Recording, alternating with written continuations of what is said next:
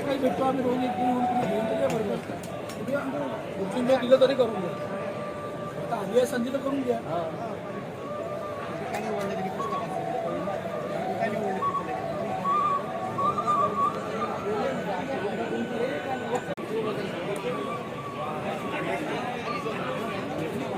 यह प्रशस्त मंच आप सबकी उपस्थिति से इसकी शोभा द्विगुणित हो गई है.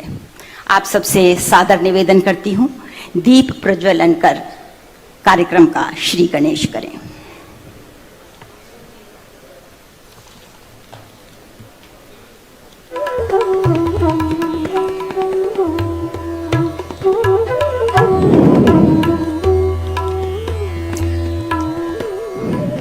स्वतंत्रता का अमृत महोत्सव सौभाग्य का पर्व, जन जन का भारतीय हर मन का अतुलित गर्व.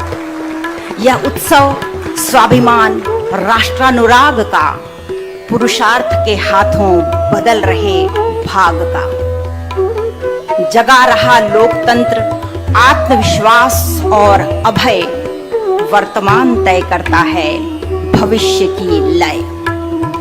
प्रयास से परिणाम तक हो शाश्वत संवाद, पहुंचे अंतिम जन तक आजादी का प्रसाद. कला, साहित्य, चिकित्सा, दर्शन और विज्ञान, उपलब्धियों से हमारी ज्योतिर्मय विहान. गौरव और सम्मान असीमित, बहुमुखी विकास, चहुं दिशा बिखर रहा दीपों का प्रकाश.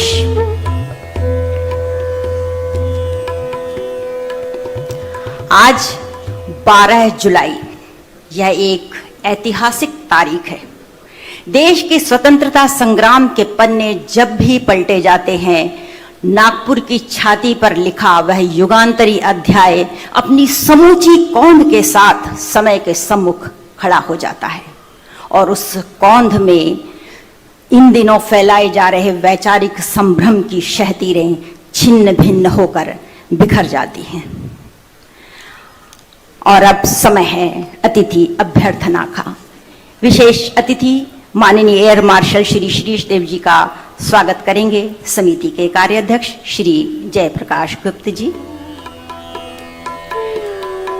भारत की सेना यानी बल, पराक्रम और शौर्य की अखंड अजेय परंपरा. हमारा सौभाग्य कि एयर मार्शल श्री देव जी, जिन्हें प्रतिष्ठित नागभूषण अवार्ड से विभूषित किया जा चुका है, आज यहाँ हमारे साथ हैं. प्रमुख वक्ता माननीय श्री सुधांशु त्रिवेदी जी के स्वागत के लिए अनुरोध कर रही हूँ सह संयोजक श्री मुकुल मुले जी से.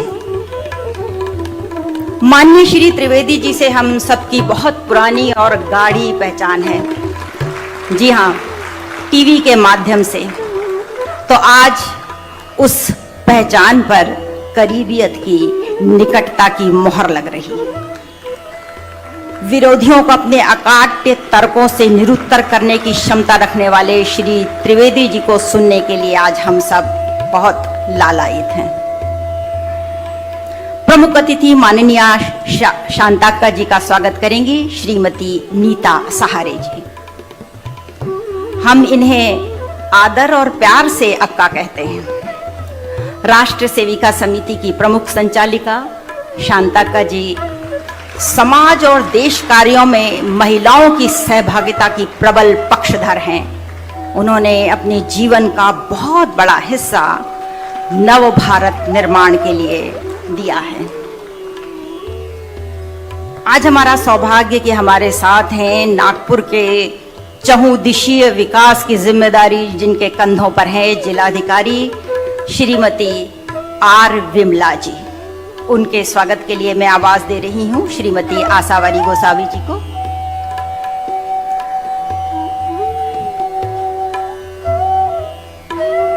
नागपुर शहर का सुचारू प्रशासन जो हम आजकल देख रहे हैं, उसका पूरा श्रेय जाता है हमारी श्रीमती जिलाधिकारी श्रीमती आर विमला जी को हम आपका यहाँ स्वागत करते हैं।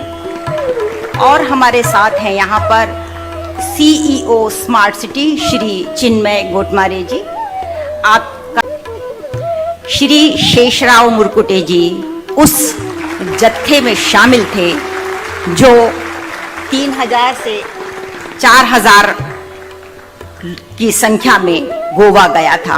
आप सबसे आग्रह है कि पुरजोर तालियों से श्री शेषराव जी का अभिनंदन करें। आपके पास गोवा मुक्ति संघर्ष की बहुत सारी यादें हैं। उन्होंने अपने साथियों का नाम भी हमें बताया। उन्होंने बताया कि श्री अब्दुल रहमान और श्री, देखिए, हम दुनिया के आज के डेट में कहा जाता है कि we are the biggest democracy, एक टाइटल भारत को दिया जाता है। एक टाइटल यह दिया जाता है we are the youngest nation on earth. मेरे विचार से ये दोनों ही टाइटल पूर्ण सत्य का व्याख्यान नहीं करते। यह सत्य है कि we are the biggest democracy, परंतु पूर्ण सत्य यह है कि we are the mother of democracy. ऐसा क्यों है? क्योंकि कर्नाटक में भगवान वासवन्ना के अनुभव मंडपम जो 11वीं शताब्दी में थे, यानी मैग्ना कार्टा जो ब्रिटेन का आया उससे 100 साल पहले से लेके चोल साम्राज्य में जो ग्राम समितियों का गठन होता था चुनाव के द्वारा, वहां से लेके वैशाली के गणराज्य तक 2500 वर्ष पूर्व विश्व में कोई उदाहरण नजर नहीं आता। और उन सब से ऊपर हम मदर ऑफ डेमोक्रेसी क्यों हैं? क्योंकि हम दुनिया की एकमात्र संस्कृति है जिसने समाज के लिए नहीं, शासन व्यवस्था के लिए नहीं, धर्म ग्रंथ पर भी भिन्न भिन्न विचारों को समान रूप से स्वीकार किया और समान रूप से सबको एकोमोडेट किया। इसलिए हम मदर ऑफ डेमोक्रेसी हैं।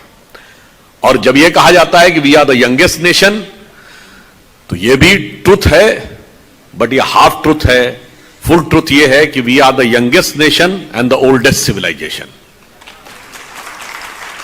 यदि हम संपूर्ण विश्व के नक्शे पर नजर डालें और पूर्व से शुरू करें तो प्राचीन विश्व की जितनी महान सभ्यताएं थी, इधर से शुरू करें तो चाइनीज सिविलाइजेशन, फिर Indian civilisation, Mesopotamian civilisation, Babylonian civilisation, Rome का सिविलाइजेशन, ग्रीस का सिविलाइजेशन, इजिप्ट का सिविलाइजेशन, ब्रिटिश एम्पायर, और आज के अमेरिका में इंका, माया, एज़टेक्स की सिविलाइजेशन, ये सब के सब अब इतिहास के किताबों में, पन्नों में समाई हुई हैं, कहीं जीवंत वास्तविक रूप में दिखाई नहीं पड़ रही हैं। परंतु हम एकमात्र विश्व की प्राचीन सभ्यता हैं जो आज भी इतिहास के अज्ञात काल से, अनादिकाल से यथावत उसी रूप में जाज्वल्यमान दिखाई पड़ रही। जैसे हम सब ने दीप प्रज्वलित करके प्रारंभ किया। हम क्यों दीप प्रज्वलित करते हैं? दीप प्रज्वलन हमारे लिए किसी भी कार्य की प्रथम संस्तुति होती है, क्योंकि ऋग्वेद का जो प्रथम श्लोक है वो किसको समर्पित है? अग्नि को समर्पित है। कहा गया ओम अग्निमीड़े पुरोहितम यज्ञस्य देवम ऋत्वजम होतारम रत्नघातमम। और अग्नि को क्यों समर्पित है? क्यों दीप को प्रज्वलित करते हैं? और क्यों हम हजारों सालों से नहीं लाखों सालों से चली आ रही सभ्यता हैं? क्योंकि उस अग्नि को प्रज्वलित रखने के लिए समय समय पर अनेक पुण्यात्माएं जन्म लेती हैं और वह अपने समस्त मधुर मनोभावों की आहुति देकर उस यज्ञ की अग्नि की प्रखरता को बनाकर रखती हैं। और ऐसी ही एक महान पुण्यात्मा थे डॉक्टर केशवराव बलीराम हेडगेवार। स्पर्श मुझे हुआ, मेरे परम भाग्य का क्षण। मैं आज भी अभिभूत हूं, रोमांचित हूं। उस स्वर्णिम क्षण को मैंने अपने अंतःकरण में सदैव संजोए रखा है। वो पावन चरण धूल आज भी मेरे मस्तिष्क पर विराजमान है। डॉक्टर जी के कारावास का मैं साक्षी हूं। कारावास में उनका अलौकिक धैर्य, अड़िग ध्येय निष्ठा, तितिक्षा, मिलनसारिता, संगठन कौशल्य, सारी यादें आज भी जीवंत है। इस कारावास में डॉक्टर जी ने मूलभूत चिंतन किया। क्रांति मार्ग की मर्यादाएं और सत्याग्रह की अपूर्णता, अनुशासनहीनता, वैचारिक संभ्रम, बढ़ता हुआ घातक मुस्लिम अनुनय उन्हें अस्वस्थ कर रहा था। कांग्रेस ने अपनाया हुआ तुष्टीकरण आगे चलकर देश के लिए हानिकारक होगा, यह खिलाफत आंदोलन से सिद्ध हो चुका था। परंतु इसकी चिंता जिसे होनी चाहिए वह इस देश का राष्ट्रीय समाज यानी हिंदू समाज आत्मविस्मृति से व्याप्त, विभिन्न भेदों से जर्जर, चेतनाहीन, असंगठित और राष्ट्रीय भाव से अनभिज्ञ, उसे सत्व और स्वत्व से कौन अवगत कराएगा? कांग्रेस हो या क्रांतिकारी, वे पूरी ताकत से आजादी के लिए लड़ रहे हैं। दोनों रास्ते अपने अपने तरीके से सही है।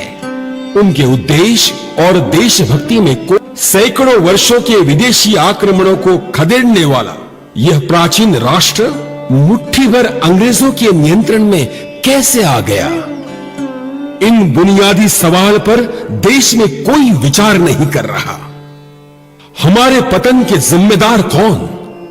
मुगल, अंग्रेज या हम, इस देश के पुत्र जो अपने आप को भूल गए हैं? सभी दिव्य परंपराओं, पराक्रम, गौरवशाली इतिहास को भूलकर जाति, पंथ, भाषा के मतभेदों में बढ़ गए हैं। अपनी एकता, राष्ट्रीय पहचान, राष्ट्रीय गौरव को भूल चुके हैं।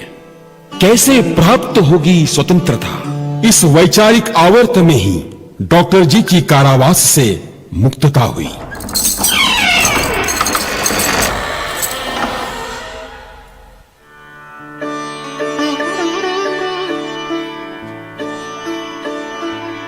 अरे आज का ही तो है वो दिन। आज से बराबर 100 वर्ष पूर्व 12 जुलाई 1922, समय सुबह का।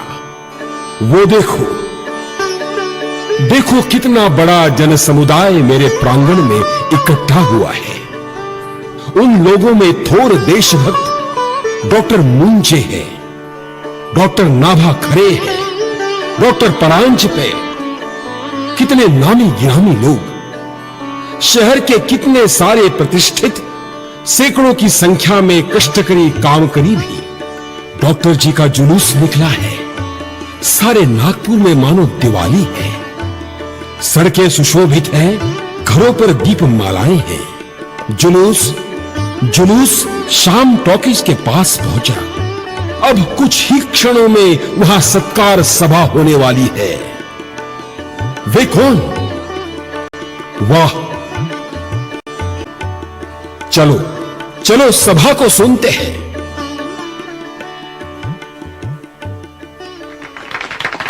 बोलो डॉक्टर हेडगेवार जी की जय। डॉक्टर हेडगेवार जी की जय।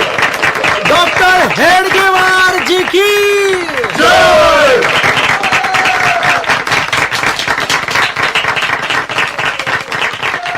आज हम सभी के लिए अतीव आनंद का क्षण है।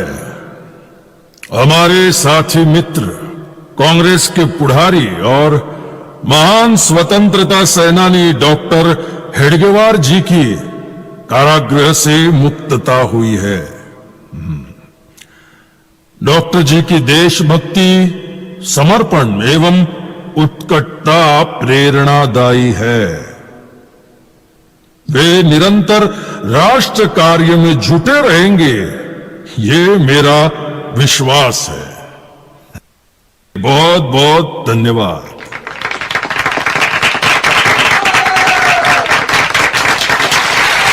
बोलो डॉक्टर हेडगेवार जी की जय। डॉक्टर हेडगेवार जी की जय। डॉक्टर हेडगेवार जी की जय। मंचस्थ सभी महानुभावों को मेरा प्रणाम। देश के सम्मुख अपना ध्येय सबसे उत्तम एवं श्रेष्ठ ही रखना चाहिए। पूर्ण स्वतंत्रता से कम कोई भी लक्ष्य अपने सामने रखना उपयुक्त नहीं होगा। ध्येय प्राप्ति का मार्ग कौन सा हो, यह आप जैसे इतिहास के ज्ञाता सुबुद्ध श्रोताओं को फिर से कहना आपका अधिक्षेप होगा। स्वतंत्रता के लिए संघर्ष करते हुए यदि मृत्यु भी आई तो उसकी चिंता नहीं करनी चाहिए। ये संघर्ष उच्च ध्येय पर दृष्टि तथा दिमाग ठंडा रखकर चलाना होगा। डॉक्टर हेडगेवार जी की रुको, ना ना ना, जय जयकार केवल भारत माता की होनी चाहिए। माता की सेवा के लिए पुत्र की जय जयकार भले कैसे हो सकती है? वो तो उसका धर्म होता है। मैं आप सभी के प्रति आभार प्रकट करता हूं, पर इस स्वागत को असहजता से स्वीकार कर रहा हूं। मैंने केवल देश के प्रति मेरा कर्तव्य निभाया है। देशभक्ति स्वागत सत्कार का विषय नहीं,